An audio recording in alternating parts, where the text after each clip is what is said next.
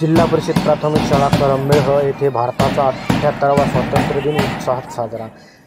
यावेळी चिमुकल्यांनी ढोल वाजवत गावात प्रभात फेरी काढली। यावेळी उपसरपंच अण्णा गावित यांच्या हस्ते ध्वजारोहण करण्यात आले, तर गावातील पोलीस पाटील रमेश गावित, ग्रामपंचायत सदस्य भागीबाई गायकवाड, संगीता गावित, ताराचंद गावित, शालेय व्यवस्थापन समितीचे अध्यक्ष बाबूलाल गायकवाड यांच्या प्रमुख उपस्थितीत हा कार्यक्रम पार पडला।